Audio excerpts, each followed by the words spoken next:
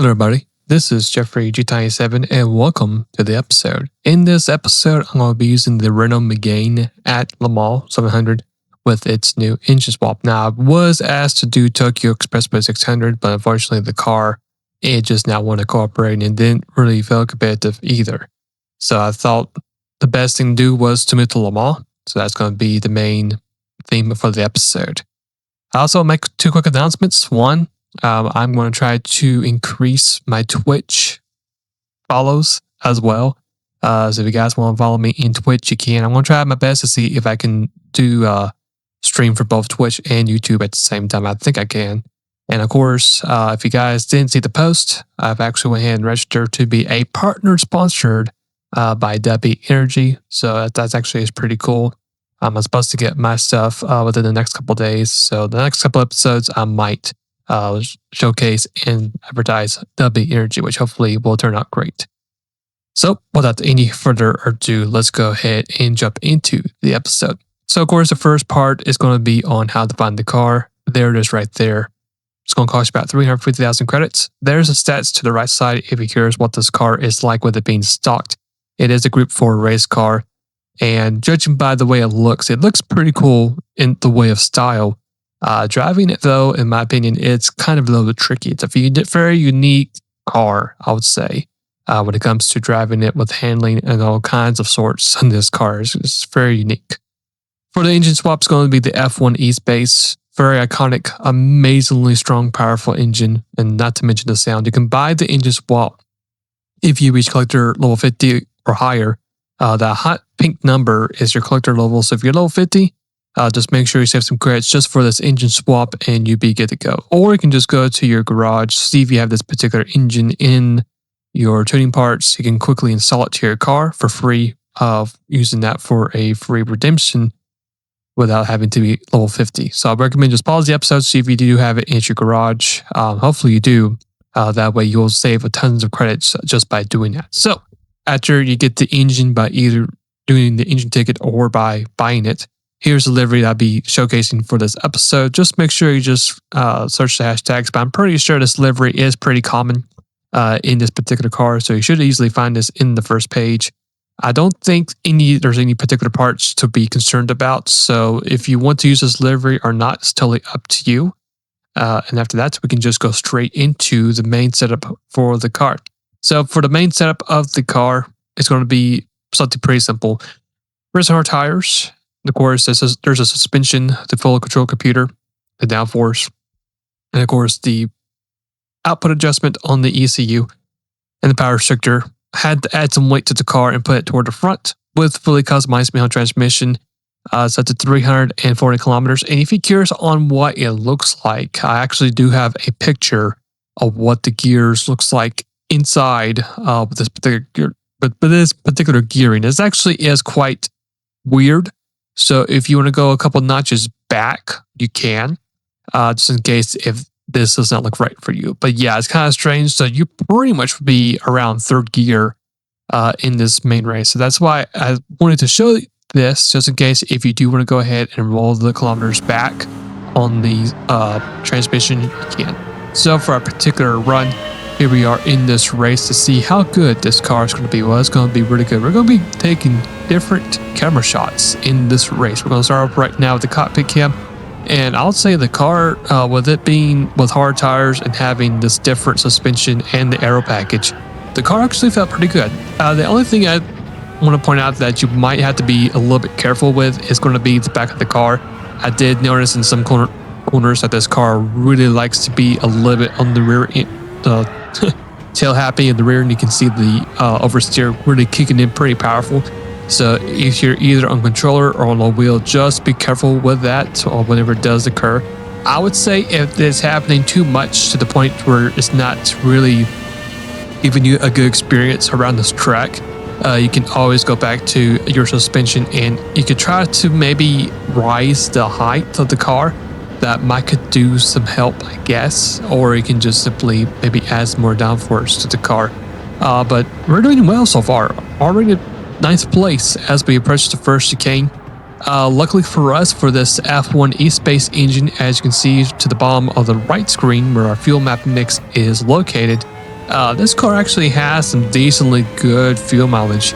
So we should be able to pretty much pit within the Group 4s in this race. So it's going to be a little bit different compared to other builds we've done in the past where we pretty much do an average of 2 laps. But for this particular build, it looks like with fuel map 1, we could do 3 laps. And I guess if you're wanting to really stretch it out to, like, let's say map 5, map 6 plus short shifting, you probably could get 4 laps within the fuel tank, which really won't surprise me, especially if you really shift very early and want to limit as many RPMs as possible.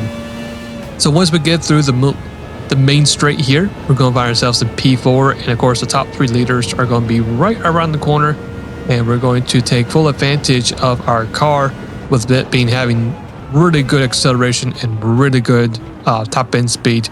We're going to easily make light work of these 3 leaders, and we're going to take away the lead and basically just run away from it. From everybody else in this race. So the car doing a very, very strong job for this race. Quite an upgrade. It feels more like a Group 3.5 to be truthful with you, even though the handling is not the best.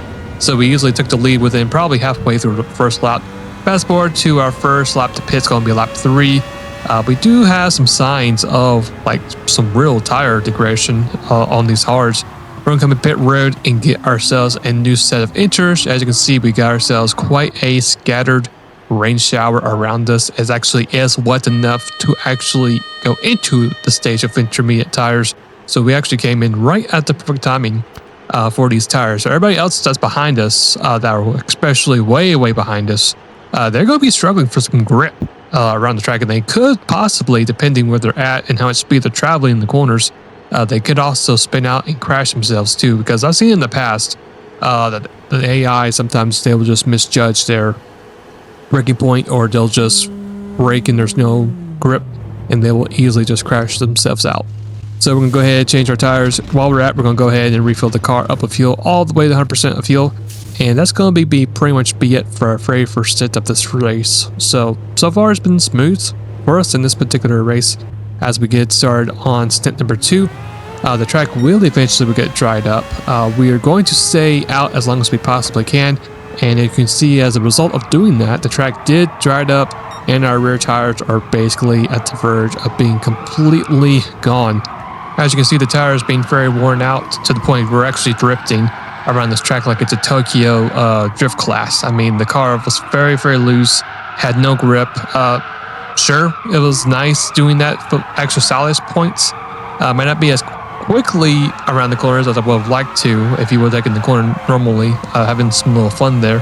Luckily for us, we didn't, overcorrect it and just spun out and just hit the grass or any wet parts of the track. As you can see there is yet again another line forming of rain, but it's not nearly as big as it was compared to the first wave. So what I'm going to do here is just simply get back on the slicks. We only got 2 more laps to go anyway, so we're going to be changing our tires. We're going to refill our car fuel just at least 2 laps worth, because I do know 4 minutes averagely is the time per lap for this car. As we just hit 4 minutes, I think, as our best time at this race. But the car, it just felt really good in this race, other than having to worry about the oversteer from the back of the car and the car being kind of light in the rear bumper. It felt really smooth in this race. So as you see there, we're going to go ahead and change tires, refill our fuel past 2 laps, and that's going to be it for our last pit stop. We're going to carefully leave pit road. You can still see it's still wet, so we're going to carefully merge back into the racing line as carefully as we can, which you see we did so right there perfectly. And we're going to do just 2 time trial laps, and that's going to be it for our run. So we basically just timed this perfectly. As we're going to see, the clock's going to hit 0. It was fairly well timed, executed run for this particular car. So it's across the finish line. It's going to be a very dominant win for us in this particular car. So if you don't own a Group C prototype like the Mazda or the Nissan R92 CP, this car right here should be a solid pick. It might be worth it, especially if you do this race multiple times. Got ourselves a clearance bonus, and that's going to be it for the build. So for the next build I'm thinking about doing here, it's going to be a classic. It's going to be the Ford Cosworth RS from 1992. I saw that it's actually in the used car dealership. I think it's a new car that's actually had been recently a new drop, I think. It's been quite a while since I've actually done this car, especially with it being swapped. So that's what I'm going to be doing for the next episode at Tokyo Expressway 600. So hopefully today's episode will help you out to get some more credits for GT7. And like I said before, at the beginning of this episode, if you guys would like to just jump into Twitter and go ahead and follow me over there as well, that'd be very much appreciated if you want to. I'm going to try my best, like I said earlier, to do multiple streaming for both YouTube and Twitch. That'd be pretty cool if I can get that to work. If you have any more builds you'd like to see, you're more than welcome to put any suggestions below in the comment section below. And until then, I'll see you guys later and take care. Thank you again for watching today's episode. Hopefully this particular tune has helped you out in Gran Turismo 7. If there is a particular build you'd like for me to try out, or a different race, car class, whatever it is, you're more than welcome to put any suggestions down in the comments below, and I'll do my best to do them. So if you guys enjoyed today's episode, why not go ahead and hit the subscribe button as well? It would be very much appreciated. Also, leave a like and share it. If you know somebody personally that is struggling to get a win at Tokyo Expressway 600, then you're more than welcome to share this episode, and hopefully it will help them out. Until then, I'll see you guys later, and have a great rest of the day or night for it might be, and be safe.